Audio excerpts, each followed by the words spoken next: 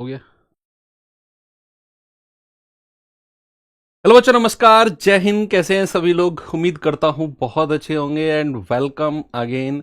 Again इसलिए बोलता हूँ क्योंकि एसएससी जीडी तो परिवार वाला माहौल रहता है।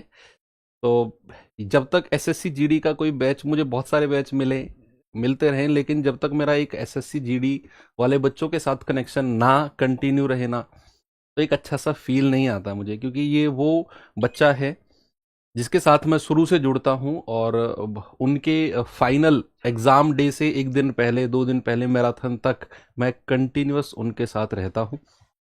पिछले 5 साल से, आई थिंक 2020 से मैंने बैच लेना शुरू किया जीडी का, और 5-6 साल से लगातार एक कनेक्शन रहा है। तो बहुत सारे बच्चे आए, सेलेक्ट हुए, गए, मिलते हैं बहुत सारे बच्चे। अक्सर मेरा एयरपोर्ट पर जाना होता है, तो अ, कई बार नहीं, मतलब ऐसा नहीं कहूँगा कि मैं अक्सर, मैं कहूँगा हर बार, क्योंकि सीआईएसएफ की पोस्टिंग मोस्टली आप लोग भी जब जाओगे लगोगे तो बहुत सारे बच्चे सीआईएसएफ में जाएंगे, बहुत सारे बच्चों का टारगेट भी सीआईएसएफ होगा।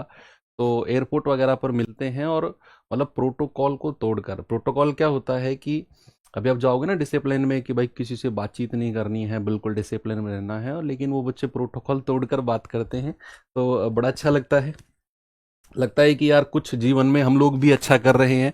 एक बंद कमरे में कैमरा और बोर्ड के सामने कभी कभी शुरू में लगता था कि यार क्या ही यहाँ से मैं कर सकता हूँ, क्या ही बच्चों के पास पहुँच सकता हूँ, क्योंकि उस टाइम ऑफलाइन वाली चीज़ें थी। ऑनलाइन शिफ्ट हुए तो एक कॉन्फिडेंस की मुझे थोड़ी सी कमी थी, लेकिन अब लगता है कि एक बंद कमरे से भी बहुत सारा उजाला हम लोग कर रहे हैं। ठीक है, तो सभी लोगों का स्वागत है, और एक नई एनर्जी आप लोगों के अंदर हो। एक पोल क्रिएट करो भाई, एक मैं पोल क्रिएट करा रहा हूँ सब कुछ शुरू करने से पहले।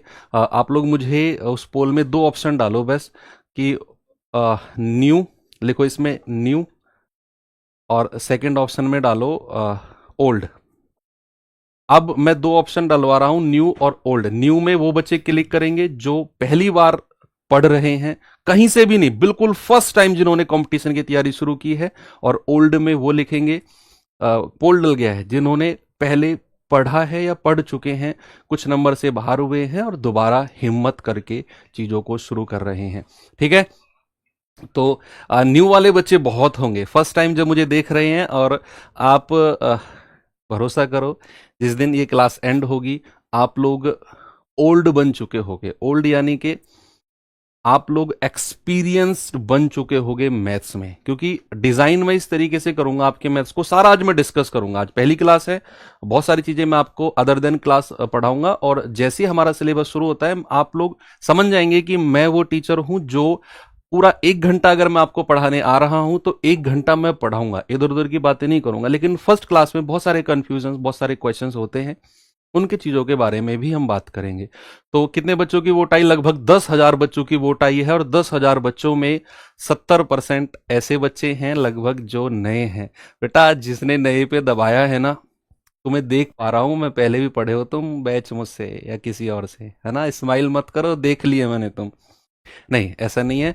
तो अभी वो भी बच्चे हैं जो जिन्होंने 12th किया है, 12वीं किया है, जिन्होंने अभी या ग्रेजुएशन में हैं और चीज़ों की तैयारी उन्होंने शुरू की है। ठीक है, तो आप सभी का मोस्ट वेलकम है। कहीं ना कहीं से भरोसा करके, किसी पड़ोसी से, किसी दोस्त से, किसी अदर पर्सन जो ऑलरेडी लग चुका है, वहां से आप हमारे बारे में सुनकर हमारे पास आए हो।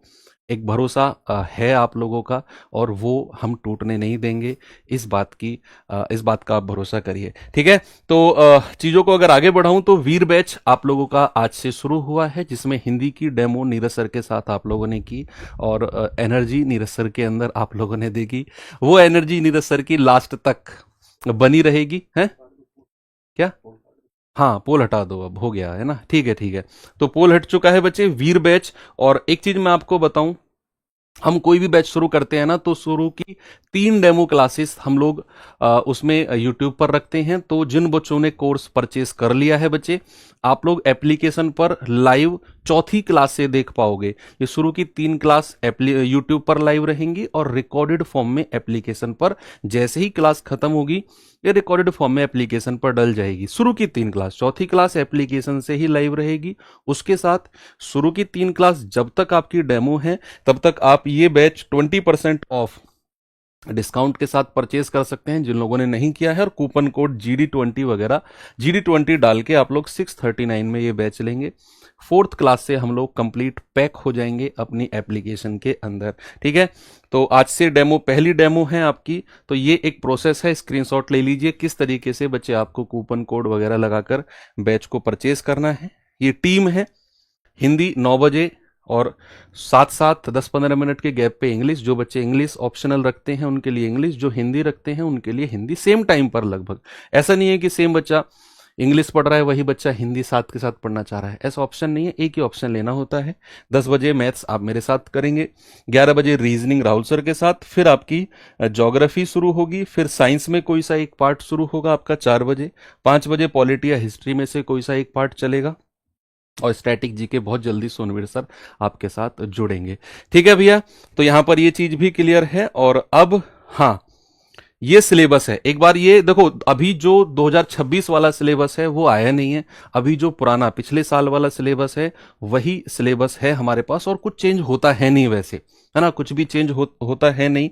तो आपको क्या लगता है, जैसे गर्मियों का मौसम आया, तरबूज आए, तो आपको क्या लगता है कि वो तुरंत तोड़ के तरबूज आपको खिला रहे हैं? तुरंत जो आम आते हैं, आपको क्या लग रहा है कि भाई आम का सीजन आ गया और जो व्यापारी लोग हैं वो लग गए पेड़ों से आमों को तोड़ने की, भाई ताजा ताजा खिलाएंगे? ऐसा नहीं होता है, वो रिजर्व में रखे जाते हैं और वही आम आगे सप्लाई होते हैं। तो सिलेबस ऐसा नहीं है कि इस बार कुछ और डिजाइन करके आपको आएगा, यही सिलेबस रहेगा, इसी को ही कॉपी पेस्ट यहां से सेलेक्ट करके यहां तक जो एग्जाम बोर्ड वाले हैं सेलेक्ट करके कॉपी पेस्ट कर देंगे।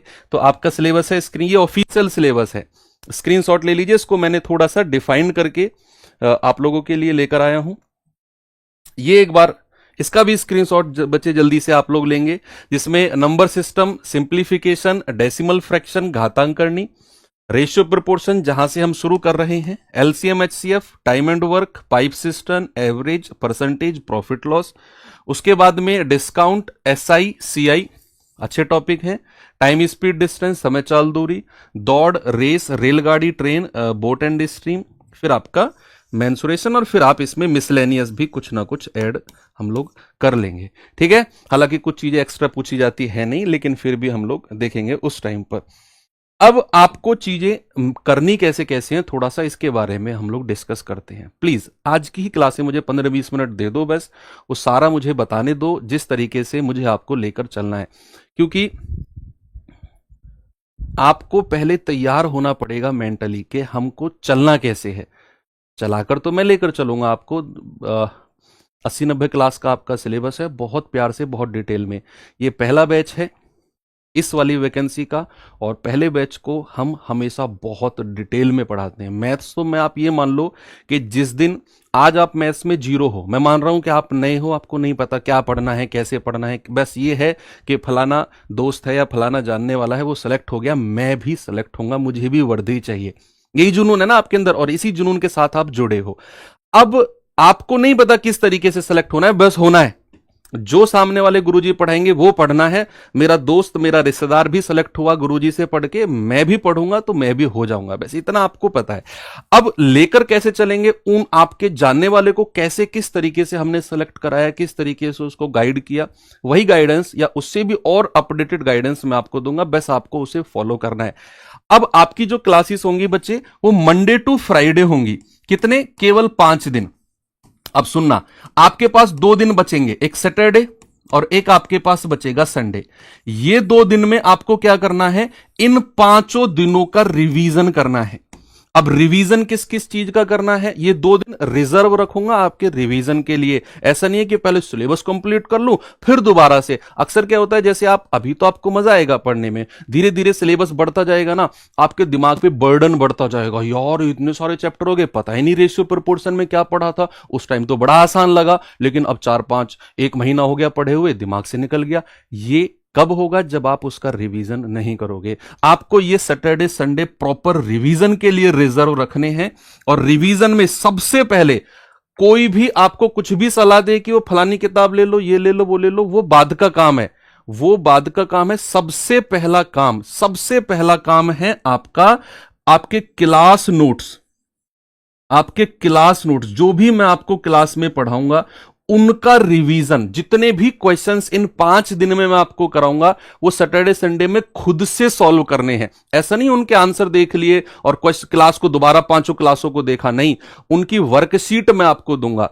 उन क्वेश्चंस को आपको खुद से पीडीएफ नोट्स में दूंगा, इनके आपको खुद से ट्राई करने हैं। सेकंड नंबर पे आपको वर्कशीट, ये वो वर्कशीट होंगी जो इन 5 क्लास में मैं आपको रेगुलर, इन 5 क्लासों में मैं आपको रेगुलर वर्कशीट दूंगा।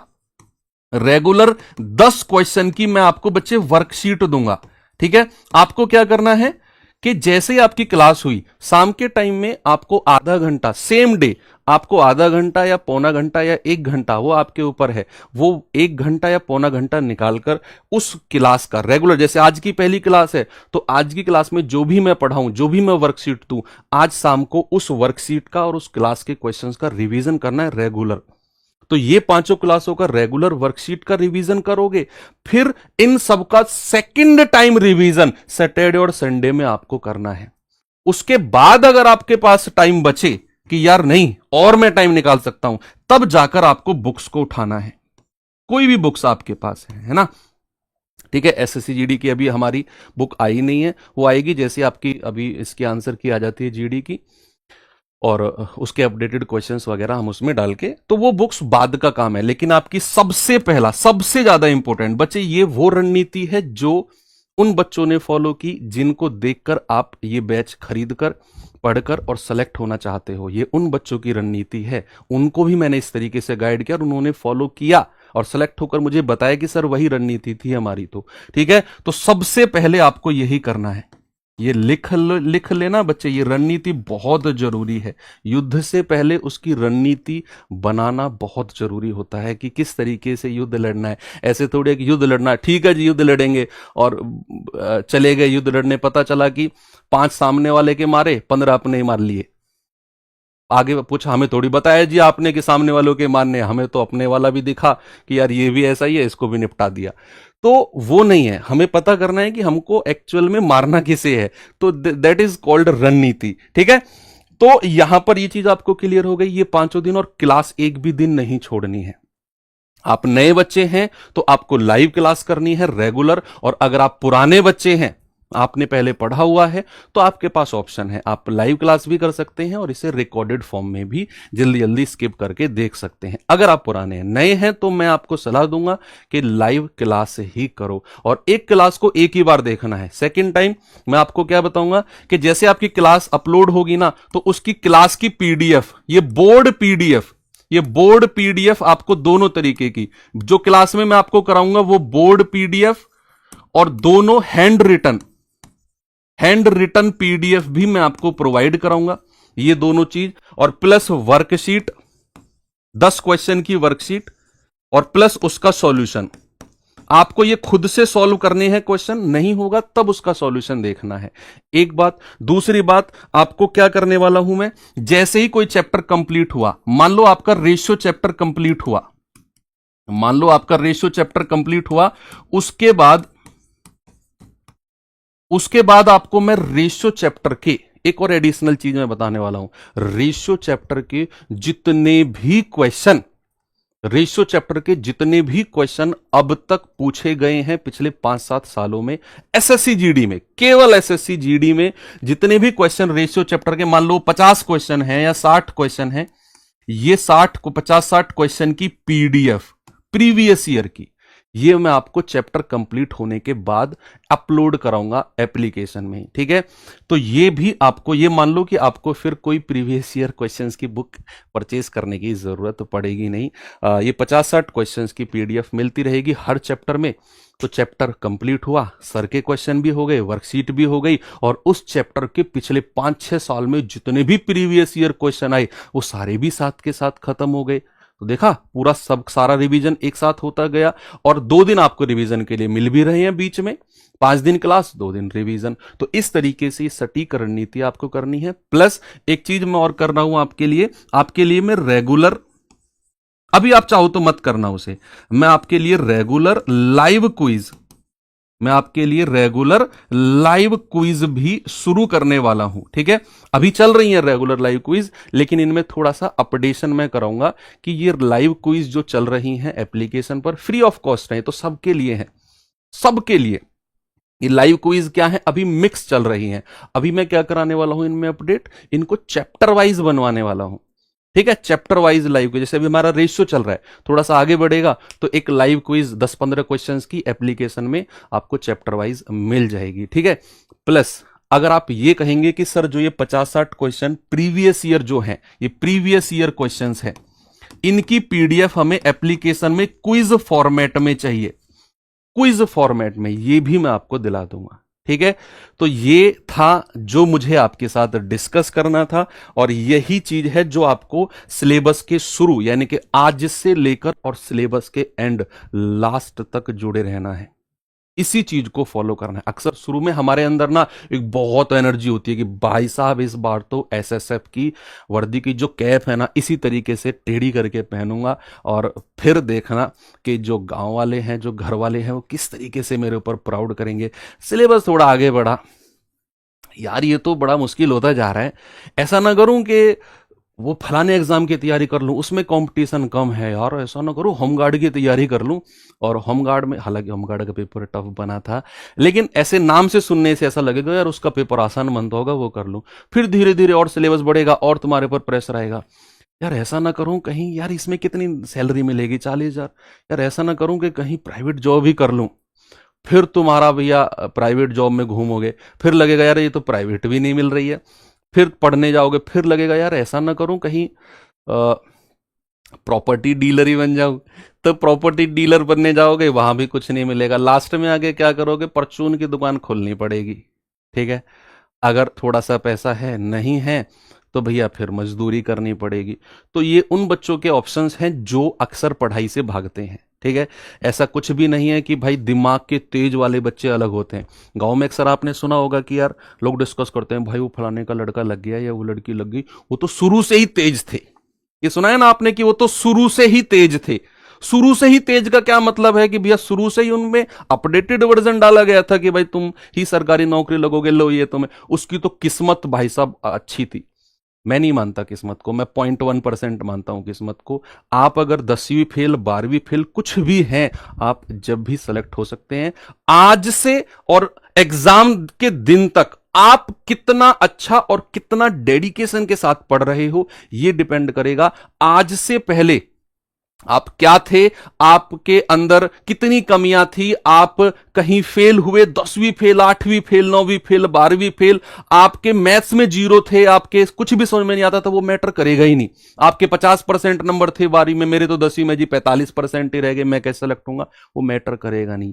आज की क्लास से और एग्जाम के दिन तक आपका क्या रहेगा, आपकी मेहनत क्या रहेगी, वो डिसाइड करेगी आपका सिलेक्शन। आपको कोई बहकाए बिल्कुल भी मत आना, ठीक है। क्या मैं अब शुरू कर सकता हूं? हां, एक चीज और है बच्चे, क्लास नोट्स नहीं बनाने हैं मैथ्स में, स्पेशली आपके पास। आज ही सुन लेना, मैं कह रहा हूं कूट दूंगा अगर आज के बाद अगर आपने मुझसे पूछ लिया कि क्लास नोट्स मैथ्स के क्लास में बनाए या नहीं।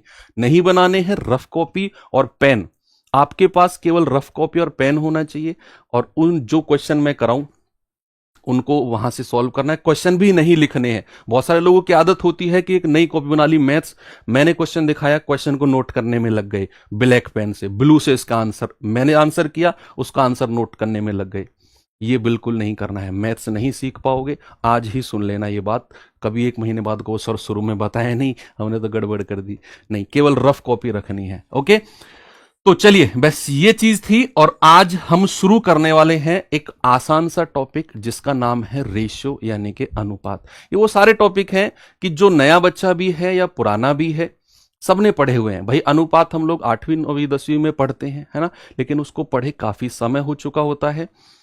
स्कूल में पढ़ने का तरीका अलग होता है, तो मैं ये बिल्कुल नहीं कहूंगा कि जो आपने स्कूल में पढ़ा वही हम यहां पर पढ़ेंगे। बस मैं ये कहूंगा कि नाम तो सुना होगा रेशो का आपने, हाँ, बस इतना काफी है। अब अगर रेशो होता क्या है, लिखना नहीं है, मैं ऐसे आपको वर्बली बता रहा हूं कि 2 संख्या या उससे अधिक संख्याओं के बीच संबंध, the relation between 2 and more numbers, दो या उससे अधिक संख्याओं के बीच जो संबंध होता है ना, उसको कहते हैं हम अनुपात। और ये संबंध भी कुछ स्पेशल टाइप से बनता है। जैसे रेशियो को दिखाने का जो तरीका होता है ना, वो इस तरीके से होता है। ये जो दो बिंदु मैंने, दो पॉइंट मैंने लिए हैं ना, ये होते हैं रेशियो के साइन। ए बी मैंने बोल दिया, या फिर अगर मैं कहूं तीन संख्याओं के बारे में कहोगे तो ए अनुपात बी अनुपात सी। चार संख्याओं के बारे में कहोगे A ratio B ratio C ratio D. ये सारे के सारे क्या हैं? ये सारे के सारे बच्चे रेशियो हैं। क्या है? सारे के सारे रेशियो हैं। फॉर कुछ भी एग्जांपल ले सकते हो इनका। आप कह सकते हो 2:3, आप कह सकते हो 4:5:6, आप कह सकते हो 9:11:12। तो ये, और आगे और भी ले लो, मान लो 15। तो इस तरीके से आपके ये होते हैं अनुपात। इनको क्या कहते हैं? अनुपात। ये दो बिंदु, दो पॉइंट जो होते हैं, अनुपात का साइन होते हैं। अब एक सबसे बेहतरीन चीज जो मैं बताने वाला हूं, टॉपिक है स्टैंडर्ड रेशियो। क्या होता है बच्चा? स्टैंडर्ड। बाइलिंगुअल हम लोग पढ़ेंगे। जो इंग्लिश मीडियम वाले बच्चे हैं, एक बार मुझे थम्स अप करके बताइए कि हम इंग्लिश मीडियम में बाइलिंगुअल, मैं इंग्लिश में भी पढ़ाऊंगा, साथ के साथ हिंदी, दोनों लैंग्वेज में कंफर्टेबल रहेंगे हम लोग, है ना? क्योंकि मुझे कोई प्रॉब्लम नहीं है एक ही लैंग्वेज में। कुछ बच्चे तो ये हैं कि नहीं सर हिंदी पढ़ाओ, इंग्लिश में मत बोलो। भाई ऐसे मत करो यार, आपके साथ इंग्लिश मीडियम वाले बच्चे भी तो हैं। आप देखो कितने सारे बच्चों ने थम्स अप किया है। तो स्टैंडर्ड रेशियो, स्टैंडर्ड रेशियो को अगर मैं हिंदी में कहूं तो कहते हैं मानक अनुपात। क्या कहते हैं बच्चा? मानक अनुपात। क्या होता है मानक अनुपात? Standard ratio. स्टैंडर्ड रेशियो होता है बच्चा, जैसे अगर मैं आपसे कहूं, मैंने कहा 2 और 4, जरा मुझे बताना वो कौन सी संख्या जो इनमें से कॉमन आ रही है? बता दो यार, बता सकते हो? अगर मैंने कहा 2 और 4 में से क्या संख्या है जो बाहर निकल सकती है? जो बाहर निकल सकती है। आप कहेंगे सर 2 बाहर निकल सकता है। 2 जैसे बाहर लिया तो हम कहेंगे 2 एकम 2 और हम कहेंगे 2 दूनी 4। ऐसे ही कहेंगे हम लोग, 2 कॉमन ले लिया। अब क्या और कोई संख्या है जो 1 और 2 में से बाहर निकल सकती है? भाई 2 तो हमने बाहर ले लिया, अब ब्रैकेट के अंदर क्या बचा? 1 और 2। क्या कोई और संख्या है जो बाहर निकल सकती है? 1 मत कहना, 1 तो हमेशा बाहर निकलता रहेगा। 1 के अलावा, 1 के अलावा क्या कोई और संख्या है? आप कहेंगे नहीं सर। ओके, अब मैं अगर आपसे कहूं कि भैया जरा मुझे बताना 5 और 15 में से क्या कोई संख्या है जो बाहर निकल रही है? आप कहेंगे हां सर निकल रही है 5। तो आप कहेंगे 5 एकम 5, 5 तिया 15। अब जो ब्रैकेट के अंदर है 1 और 3, क्या 1 के अलावा और कुछ कॉमन निकल रहा है? नहीं सर, कुछ भी कॉमन नहीं निकल रहा है। ओके, अगर मैं कहूं आपसे भैया 12 और 18, क्या कोई संख्या है जो इनसे कॉमन निकल रही है? जरा मुझे बताना। 12 और 18 से कोई एक संख्या है बच्चे जो कॉमन निकल सकती है? जल्दी से बताओ। मैक्सिमम जो निकल, जैसे आप कहोगे सर 2, भाई 2 निकाल दिया, 2 छिक्के 12, 2 नाम 18। क्या बचा? 6 और 9। क्या 6 और 9 में से अब कुछ संख्या है जो बाहर निकल सकती है? 3 निकल रही है ना भैया। 3 अगर मैंने बाहर ले लिया तो आप कहेंगे 3 दूनी 6 और 3 तिया 9। अब ब्रैकेट के अंदर क्या बचा? 2 और 3। क्या बचा? 2 और 3। अब तो कुछ कॉमन नहीं है, केवल 2 3। ओके, अगर मैंने आपसे कहा कि भैया मुझे बताना जरा 11 और 13, क्या कोई संख्या है जो इनसे कॉमन निकलती है? क्या कोई संख्या है जो इनसे कॉमन निकल सकती है? बताइए जल्दी से मुझे। क्या कोई संख्या है जो इनसे कॉमन निकल सकती है? आप कहेंगे नहीं, नहीं है सर, यही है 11 और 13। कुछ भी कॉमन यहां से नहीं आता है। ये तो मैंने संख्याएं ली हैं। अगर मैं इसी चीज को अनुपात में लूं, जैसे मैं यहां से इसको रफ करने वाला हूं बच्चा, है ना? अगर मैं इसी चीज को अनुपात में लूं, जैसे मैंने आपसे कहा कि भैया मेरे पास जो है ना वो 15 और 21 का रेशियो है, 15 और 21 का अनुपात है। अब जरा मुझे बताना कि यहां से कौन सी संख्या है जो 15 को भी काट देगी और जो 21 को भी काट देगी? वो संख्या जिसके पहाड़े में, जिसके टेबल में 15 भी आएगा और जिसके पहाड़े में 21 भी आएगा। क्या है ऐसी कोई संख्या आपकी नजर में? बताओ जल्दी से। हां जी सर, बिल्कुल है सर। 3 से काट दो, 3 पंजे 15 और 3 सत्तू 21। 5 और 7 आ गया कि नहीं? बिल्कुल आ गया। जो अनुपात कटने के बाद आए और वहां उसके बाद कुछ भी आगे कॉमन नहीं ले सकें भैया, उसी को हम मानक अनुपात बोलते हैं, उसी को स्टैंडर्ड रेशियो बोला जाता है। जब अनुपात में से कुछ भी कॉमन ना निकल पाए उसको हम स्टैंडर्ड रेशियो मानक अनुपात बोलते हैं। अब आप मुझे बताएंगे जरा कि भैया 28 और 35 ये मैंने रेशियो लिखा, जरा मुझे इसका स्टैंडर्ड रेशियो बता दो क्या होगा। 28 और 35 का मान सभी बच्चे बता सकते हैं, हर वो बच्चा जो अंदर एक ज्वाला लेकर आया है कि भाई सिलेक्ट होना है वो मुझे बताएगा कि 28 और 35 का मानक अनुपात क्या है। किससे कटेगा मुझे मतलब नहीं है कि किससे ये कटेंगे, मानक अनुपात बताओ मुझे, स्टैंडर्ड रेशियो चाहिए आप लोगों से कि इनका स्टैंडर्ड रेशियो क्या होगा। किससे कटेंगे वो मत बताओ मुझे, मानक अनुपात बताओ, स्टैंडर्ड रेशियो। क्या बात है, कमाल कर दिया कि सर ये दोनों संख्या 7 से कट गई और 7 से कटने के बाद में 7 चौक 28 और 7 पंजू 35, यानी कि हमारा रेशियो क्या आ गया 4-5, और इसी को हम क्या बोलेंगे मानक रेशियो, मानक अनुपात, या फिर मैं कहूं स्टैंडर्ड रेशियो। क्या बोलेंगे स्टैंडर्ड रेशियो। अब मुझे आप बताना, मैं कुछ लिखने वाला हूं 4-5 ऑप्शन, उनमें से मानक अनुपात कौन सा है वो मुझे जरा आप बताना, ठीक है।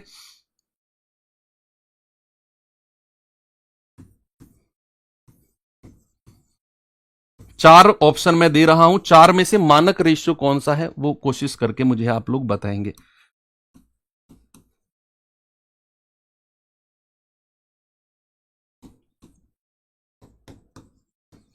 चार ऑप्शन में से बता दो मुझे मानक रेशियो कौन सा है। Which of the following option is the standard ratio. विभिन्न चार ऑप्शन में से, विकल्पों में से मानक अनुपात कौन सा विकल्प है। क्या बात है, ऑप्शन ए, ये 6 से कट रहे हैं दोनों, ये 6 एकम 6, 6 तिया 18, किसी भी एक नंबर से अगर दोनों कट गए, ओ सॉरी ये अनुपात, अनुपात लेना है, ये रेशियो है ये। भाई ये किससे कट रहा है, 8 से कट रहा है, 8 तिया 24, 8 चौक 32, मानक अनुपात कहां हुआ। 19 से कम 19, 19 दूनी 38, ये तीनों तो कट गए, लेकिन 31 और 40 किसी भी सिंगल नंबर से दोनों नहीं कटेंगे, तो आपका मानक रेशियो कौन सा हो गया, मानक रेशियो 31-40 हो गया। तो ये तो आपको स्टैंडर्ड रेशियो के बारे में पता चल गया। ओके, अब हम अगला टॉपिक पढ़ने वाले हैं बच्चे, combination of ratio. Combination of ratio, या फिर जैसे अगर मैं आपसे कहूं कि मुझे ए बी का रेशियो दिया हुआ है और मुझे बी सी का रेशियो दिया हुआ है, मुझे बीसी का रेशियो दिया हुआ है और इन दोनों रेशियो को देने के बाद मुझसे पूछा गया है ए अनुपात बी अनुपात सी, ये आपसे पूछा गया है। आपको उसने ए बी का रेशियो दे दिया, आपको बी सी का रेशियो दे दिया और आपसे पूछ लिया बताओ इन दोनों रेशियो को मिलाओ और मिलाने के बाद में ए बी सी का रेशियो बताओ क्या होगा। तो इस पैटर्न पे हम लोग कुछ क्वेश्चंस करते हैं और किस तरीके से रेशियो को कंबाइंड करते हैं मैं आपको बताता हूं। देखिए एग्जाम्पल से समझेंगे, बहुत अच्छी रहेगा एग्जाम्पल से समझना। सपोज मैंने आपसे बोला ए बी का रेशियो है मेरे पास 2-3, क्या है 2-3, हालांकि बहुत सारे तरीके होते हैं, 4-5 तरीके तो मुझे ही पता है, लेकिन मैं आपको एक या दो तरीके बताऊंगा और उन्हीं पे आपको रहना है और उन्हीं पे ही मल्टीपल टाइम्स प्रैक्टिस करनी है। मैंने आपको बीसी का रेशियो दिया, बीसी का रेशियो दिया, सपोज मैंने कहा 3 and 4, 3 and 4, ठीक है, और मैं आपसे कह रहा हूं बताओ मुझे एबीसी का रेशियो क्या होगा। अब पेन साइड में रख दो यार, भाई साहब मुझे दिख रहे हो भाई साहब, ये यार ये ब्लैक टी शर्ट, आपसे कह रहा हूं क्यों नहीं मानते। शुरू में जब मैंने तुमसे कहा कि जब मैं समझाऊं तो फिर कॉपी में नोट नहीं करना है, और तुम्हें मैं देख रहा हूं तुम जब ही से ही लगे पड़े हो लिखने, कैसे मानोगे बताओ। सामने देखो, पेन साइड में रख दो। इस बार मैंने तुम्हें पकड़ लिया, इस बार कूट दूंगा पकड़ के। सामने देखो, मैंने क्या बोला कि जब भी मैं दो रेशियो को तीसरे रेशियो में बदलूं, ए बी और बी सी के रेशियो में बदलूं, तो उसमें एक कॉमन होना बहुत जरूरी है। कॉमन होना बहुत जरूरी मतलब जैसे ए बी और बी सी को देकर वो ए बी सी पूछ रहा है, तो इन दोनों में रेशियो में एक चीज कॉमन होना बहुत जरूरी है। यहां भी बी है तो दूसरे रेशियो में भी बी होना जरूरी है। सपोज अगर ऐसे होता ए अनुपात बी और सी अनुपात डी, ये हमें दिया होता, ये दो रेशियो हमें दिए होते, तो क्या यहां से मैं ए बी सी डी, भाई ए बी और सी डी का रेशियो बना सकता था? कभी नहीं बना सकता हूं मैं। अगर मुझे उसने ए बी और सी डी देकर ए बी सी डी पूछा तो मैं जीवन में कभी नहीं इनका रेशियो मिलाकर ए बी सी डी बना सकता हूं, क्योंकि इन दोनों में कुछ भी कॉमन नहीं है, कुछ भी कॉमन नहीं है। सपोज अगर मैंने आपसे बोला कि भैया मेरे पास ए बी का रेशियो है 1:1 और सी डी का रेशियो है 3:4, और तो जरा मुझे बताना ए बी सी डी का रेशियो क्या होगा, तो क्या आप ऐसे बोलोगे कि सर 1:2 ए बी का है और सी डी का 3:4? बच्चा ऐसे नहीं है, ये गलत होता है। हम इस रेशियो को ऐसे नहीं बना सकते हैं। पता है क्यों नहीं बना सकते हैं? इसका भी रीजन है। इसका रीजन क्या है कि जो ए बी का रेशियो 1:2 है ना, ये मान लो किसी भी संख्या से कट के बना होगा, ओरिजिनल संख्या नहीं पता हमें क्या रही होंगी ए और बी की वैल्यू, जिससे कटकर ये अनुपात 1:2 बना होगा। भाई मान लो ये रेशियो रहा हो 12:24, 12 और 24 ओरिजिनल संख्या रही हो, 12 और 24 मेरी ओरिजिनल संख्या रही हो, तो 12 एकम 12, 12 दूनी 24, उससे कट के बना हो। मान लो ये संख्या मेरी 18 और 24 रही हो, तो 6 तिया 18, 6 चौक 24, तो ये अलग संख्या से कट के अनुपात बना है और ये अलग संख्या से कट के अनुपात बना। हमें क्या पता कि ये एक जैसी संख्या रही है या नहीं रही है? तो भैया इसीलिए हम नहीं कह सकते कि हमारा जो रेशियो अलग अलग दिया हुआ है उससे एबीसीडी का रेशियो कभी नहीं बना सकते हैं। तो अगर हमें रेशियो को कंबाइंड करना है, एक साथ मिलाकर एबीसी बनाना है, तो एक कॉमन पार्ट होना बहुत जरूरी है। दूसरी बात कि अगर जो कॉमन पार्ट है उसको रखना है बीच में, कहां रखना है? कॉमन वाले पार्ट को बीच में रखना है, बिल्कुल सेंटर में। तो कॉमन वाले पार्ट को बीच में रख दिया, एक तरफ ए एक तरफ सी। अब क्या करना है? ए और बी का जो रेशियो है 2:3 वो यहां लिखो। ए और बी का रेशियो 2:3 यहां पे लिखा, मैंने लिख दिया, ये लाइन का काम खत्म। अब जो बी और सी का रेशियो है उसे नीचे वाली लाइन में लिखना है। उसे कहां लिखना है? नीचे वाली लाइन में। यहां लिखा है मैंने 3:4।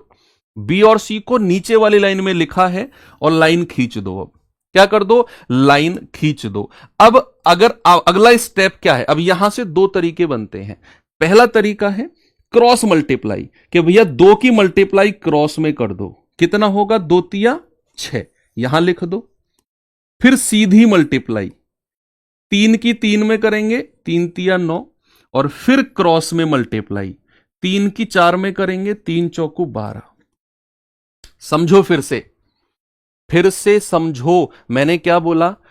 पहला ए बी का रेशियो 2:3 दिया हुआ था, लिखा। बी सी का रेशियो 3:4 नीचे वाली लाइन में लिखना है, और फिर क्रॉस मल्टीप्लाई 2 की 3 में करेंगे 6, सीधी मल्टीप्लाई 3 तिया 9, और फिर क्रॉस में मल्टीप्लाई 3 चौकू 12। क्या ये स्टैंडर्ड रेशियो है? क्या ये मानक अनुपात है? भाई साहब ब्लू नीले कलर की टी शर्ट आपसे कह रहा हूं, आप तो निकाल के बैठ गए 6, 9, 12। क्या ये मानक अनुपात है? नीली टी शर्ट, हां जी, क्या ये मानक अनुपात है? नहीं सर, मानक अनुपात कहां है? ये तो कट रहा है, अभी 3 से कट रही है तीनों संख्या। 3 दूनी 6, 3 तिया 9, और 3 चौकू 12। ये बना हमारा मानक अनुपात, ये बना हमारा एबीसी का रेशियो। ये है हमारा एबीसी का रेशियो, मानक रेशियो। कितना? 2, 3 और 4। बिल्कुल जीरो लेवल से पढ़ा रहा हूं मैं। जो बच्चे पहले पढ़ चुके हैं वो थोड़ी तसल्ली रखें, और वो जानते भी हैं कि तसल्ली रखेंगे सर हर लेवल तक लेकर जाएंगे हमें। पहला बैच है, थोड़ा 2-4 क्लास एक्स्ट्रा भी हो सकती हैं, लेकिन कुछ भी छूटेगा नहीं। तो एबीसी का रेशियो क्या आ गया? 2, 3, 4। एक एग्जाम्पल और देता हूं। ए बी का रेशियो मैंने आपको दिया, सपोज दिया मैंने 3:5। फिर मैंने आपको दिया सी बी का रेशियो दिया मैंने आपको 2 और 3।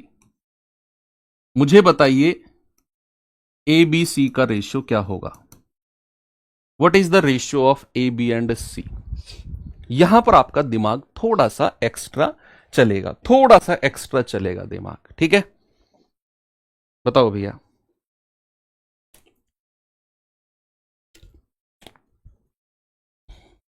सुनो, क्या हमसे पूछा है उसको बक्से में बंद कर दो, हमें वो निकालना ही नहीं है। सबसे पहले क्या हम निकाल सकते हैं? मैंने आपको कंडीशन बताई कि दो रेशियो को एक साथ मिलाना है तो हमें एक कॉमन नंबर मिलना बहुत जरूरी है। ये बी है तो यहां पर बी है, अब हम इनको कॉमन कर सकते हैं। दूसरा स्टेप मैंने बताया कि जो कॉमन है उसको बीच में रखना है। क्या करना है? उसको बीच में। तो बी कॉमन है तो बी को रख दो बीच में, एक तरफ ए लिख दो, एक तरफ सी लिख दो, एक तरफ ए एक तरफ सी। अब ए और बी का रेशियो क्या दिया हुआ है? ए और बी का रेशियो 3:5, यहां लिख दो, यहां लिख दो 3 और 5। अगली लाइन में हमें किसका रेशियो चाहिए? बी और सी का, लेकिन हमें किसका रेशियो दिया हुआ है? सी बी का। सुनो, जिन बच्चों ने यहां 2-3 लिखा है ना, 2-3 जिन बच्चों ने लिखा है, माफ कर रहा हूं लास्ट टाइम, ये बी सी के नीचे 2-3 लिखा, लेकिन आपको उल्टा दिया हुआ है। बी के नीचे 3 आएगा और सी के नीचे 2 आएगा। बी के नीचे क्या आएगा? 3, और सी के नीचे क्या आएगा? 2। उल्टा रेशियो लिख दिया आपने। स्माइल करो हल्की सी। अगर जिन लोगों ने ऐसा किया, जिन लोगों ने ऐसा किया कि भैया हमें बी और सी का रेशियो चाहिए, आपने 2-3 जो लिखा है वो सी बी का उल्टा रेशियो लिख दिया यार। ऐसे क्यों? हमें बी के नीचे 3 लेना है और सी के नीचे क्या लेना है? 2। अब लगा दो क्रॉस मल्टीप्लाई। आप कहोगे सर 3 की 3 में करेंगे, 3 तिया 9, 5 की 3 में करेंगे, 5 तिया 15, और 5 की 2 में करेंगे, 5 दूनी 10। क्या ये स्टैंडर्ड रेशियो है? क्या ये मानक अनुपात है? बिल्कुल है, बिल्कुल है सर, मानक रेशियो है। क्योंकि यहां से कुछ भी तीनों, ऐसी कोई संख्या नहीं है जो 9, 15 और 10 इन तीनों को काट दे, कोई ऐसा नंबर नहीं है। तो फिर हम कहेंगे कि भाई साहब ये तो एक स्टैंडर्ड रेशियो है, ये तो एक मानक अनुपात है। ठीक है बच्चे, तो यहां से चीजें क्लियर हैं। अब मैं थोड़ा सा आगे बढ़ता हूं, अब मैं लेकर चलता हूं आपको, हाँ इसी में ही थोड़ा सा अलग बताता हूं आपको कि सपोज अगर आपको ए बी का रेशियो दिया हुआ है, मान लो मैंने कहा 5 और 6, और आपको बी सी का रेशियो दिया हुआ है, मान लो 4 और 5, और आपसे डायरेक्ट क्या पूछेगा? समझना बात को, आपसे डायरेक्ट सबसे पहले वाला और सबसे लास्ट वाला, यानी कि आपसे ए और सी का रेशियो पूछेगा। बताओ what is the ratio of A और सी। अब आपके पास दो तरीके हैं कि आप या तो ए बी सी का रेशो अलग से बनाओ, भाई ए और सी पूछ लिया उसने, तो एक तरीका तो यह है कि आप ए बी सी का रेशियो बनाओ, भाई जो दोनों में कॉमन है उसे बीच में रखा, तो 5 और 6 ए बी का रेशियो, और बी सी का कितना है? 4 और 5, तो नीचे वाली लाइन में 4 और 5 लिखा। क्रॉस मल्टीप्लाई, 5 चौकू 20, सीधी मल्टीप्लाई 6 चौक 24, फिर क्रॉस मल्टीप्लाई 6 पंजू 30। अब आपको एबीसी का रेशियो मिल गया 20, 24, 30। लेकिन आपको चाहिए क्या? आपको चाहिए ए और सी, यानी कि आपको क्या चाहिए? ए और सी। तो ए का रेशियो 20 और सी का रेशियो 30, तो कितना आ गया भाई? 10 से काट दो, 10 दूनी 20, और 10 से काट दो, 10 तिया 30। तो ए और सी का रेशियो कितना आ गया? 2:3 का। कितना आ गया? 2:3 का। लेकिन कभी भी अगर ऐसा सवाल आपके पास आए कि ए बी का रेशियो दिया हुआ है और बी सी का रेशियो दिया हुआ है, और वो ए और सी का डायरेक्ट रेशियो पूछे, उसे बी से कोई मतलब नहीं है, उसे बीच वाली संख्या से कोई मतलब नहीं है, वो डायरेक्ट आपसे कहेगा कि भैया what is the ratio of A and C. तो डायरेक्ट एक ट्रिक बता रहा हूं मैं आपको, एक ट्रिक है, उसको देखना। ट्रिक, ट्रिक क्या है बच्चा? डायरेक्ट कि आपको यह करना है कि जो दोनों में कॉमन है, जैसे मान लो यहां बी कॉमन है, तो अगर पहले अनुपात में बी खत्म हुआ तो दूसरे अनुपात में बी शुरू होना चाहिए। यानी कि सबसे पहला और सबसे लास्ट का अपनी अपनी पोजीशन में होने चाहिए। कई बार मान लो अगर उसने बीसी की जगह सीबी दिया होता तो पहले मैं इसे बीसी की फॉर्म में लिखता और फिर अपनी ट्रिक लगाता। समझे कि जो यहां खत्म हुआ अगले अनुपात में वहीं से शुरू होना चाहिए। अगर यह अनुपात बी पर खत्म हुआ तो अगला रेशियो बी से शुरू होना चाहिए। नहीं उल्टा दिया हुआ है तो हम पहले उसे उल्टा करके लिखेंगे, लेकिन यहां सही दिया हुआ है। अब ट्रिक क्या कहती है कि बिना इतना सॉल्व किए डायरेक्ट ए और सी कैसे निकालेंगे। ए के नीचे क्या लिखना है, इस रेशियो की पहली संख्या गुणा इस वाले रेशियो की पहली संख्या। दोनों अनुपात की पहली पहली संख्या को ए के नीचे लिख दो मल्टीप्लाई करके, इसकी दूसरी संख्या गुणा और इसकी दूसरी संख्या इसके नीचे लिख दो। तो कितना आ गया, 5 चौको 20 और 6 पंजो 30। जीरो से जीरो दोनों तरफ से काट दो तो रेशियो क्या बन गया, 2-3 का। आपको एबीसी का रेशियो बनाने की जरूरत पड़ी ही नहीं। एक सवाल और दूंगा इसी पे, फिर आगे बढ़ूंगा, फिर ए बी बी सी और सी डी तक जाएंगे हम लोग। ठीक है, मैं जल्दी से आपको एक और सवाल देके फिर मैं आगे बढ़ता हूं। मैंने बोला ए बी है मान लो 11 और 15 और सी बी है 1 और 2। जरा मुझे बता दो ए और सी का रेशियो क्या होगा। जल्दी से बताएंगे बच्चे, what is the ratio of A and C. A और सी का अनुपात क्या होगा, जल्दी से बताएंगे। हां अभी डी तक भी जाएंगे, थोड़ा तसल्ली रखो यार, अभी तो बहुत दिन हम लोगों को साथ में रहना है, बहुत दिन हम लोग। जिस दिन मैथ आपका 20/20 नहीं हो जाएगा ना, तब तक तुम्हारे साथ रहूंगा मैं। आज आपका कुछ भी स्कोर हो, आप नए स्टूडेंट हैं पुराने स्टूडेंट हैं, वो मैटर नहीं करता है। 20 में से 20 जिस दिन नहीं होगा उस दिन तक मैं आपके साथ रहूंगा। जिस दिन 20 में से 20 हो गया मुझे भगा देना, भागो सर आप, हो गया 20 में से 20 हमारा। ठीक है, तो सबसे पहले क्या करना है, जो यहां खत्म हुआ ए और बी में वो यहां शुरू होना चाहिए। तो यहां तो उल्टा रेशियो दिया हुआ है तो पहले इसे उल्टा करके लिखो सही फॉर्मेट में। तो बी के नीचे 2 लिखो और सी के नीचे 1। ठीक है, अब यहां जो खत्म हुआ वो यहां शुरू हुआ है। रेशियो को पहले सही करके लिखेंगे, यहीं से मल्टीप्लाई मत कर देना 11 एकम 11 15 दूनी 30, गलत हो जाएगा। अब क्या करना है, जैसे आपने ये स्टैंडर्ड बना लिया, अब इसकी पहली संख्या और इसकी पहली संख्या मल्टीप्लाई कर दो।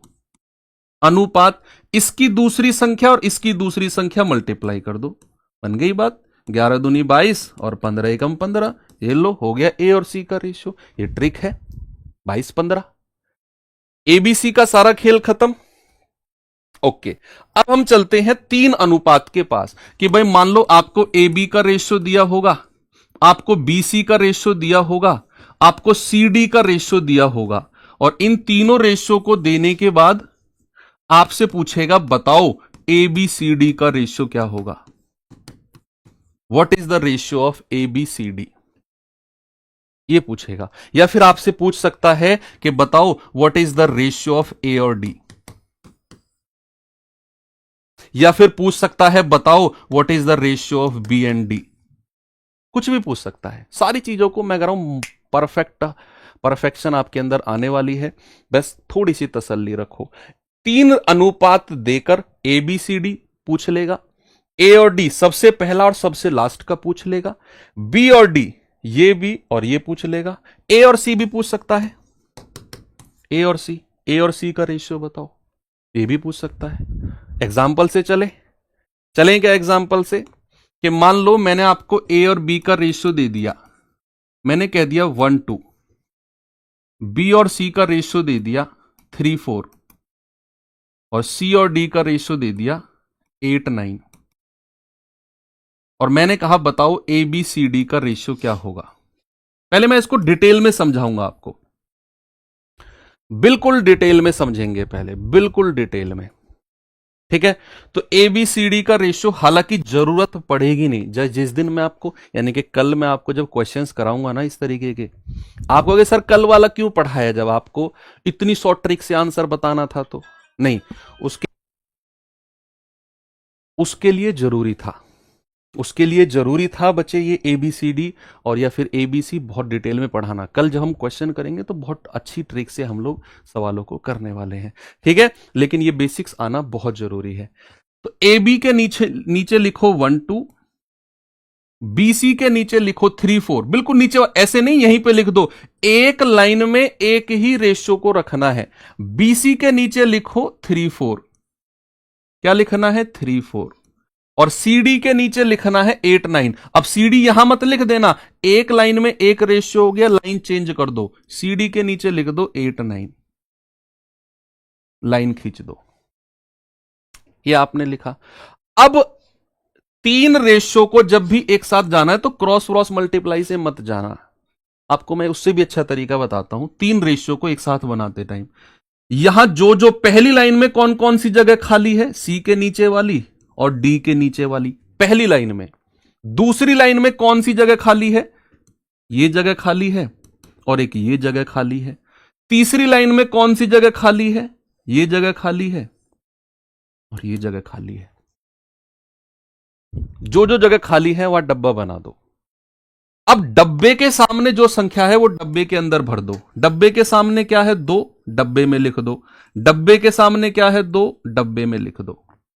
यहां डब्बे के सामने क्या है 4, डब्बे में लिख दो।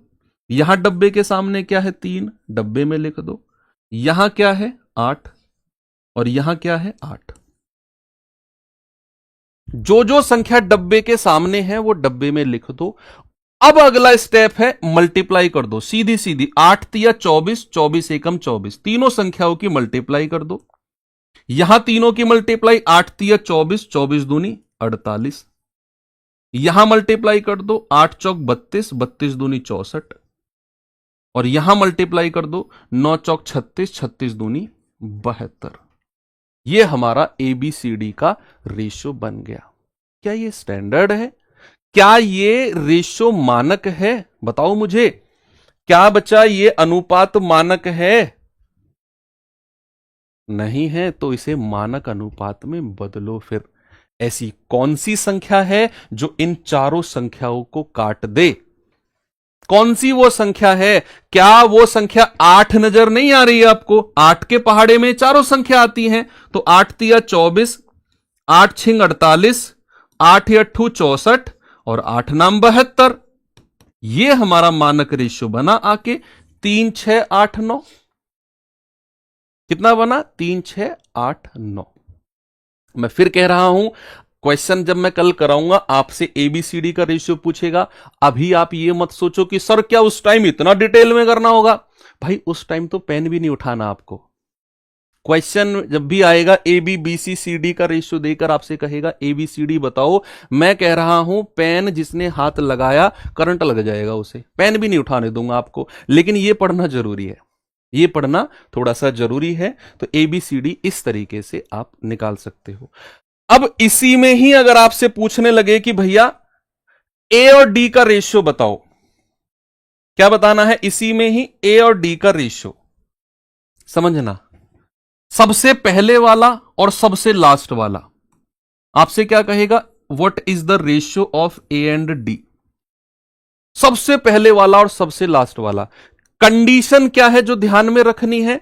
कंडीशन है कि जो संख्या यहां खत्म हुई, जैसे B यहां खत्म हुआ तो अगले रेशियो में B शुरू होना चाहिए, C यहां खत्म हुआ तो अगले रेशियो में C शुरू होना चाहिए।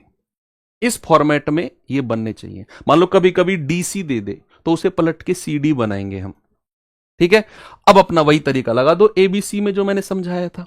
A के नीचे लिखो तीनों रेशियो की पहली संख्या, 1 गुणा 3 गुणा 8, और D के नीचे लिखो दूसरी संख्या की गुणा, 2 गुणा 4 गुणा 9।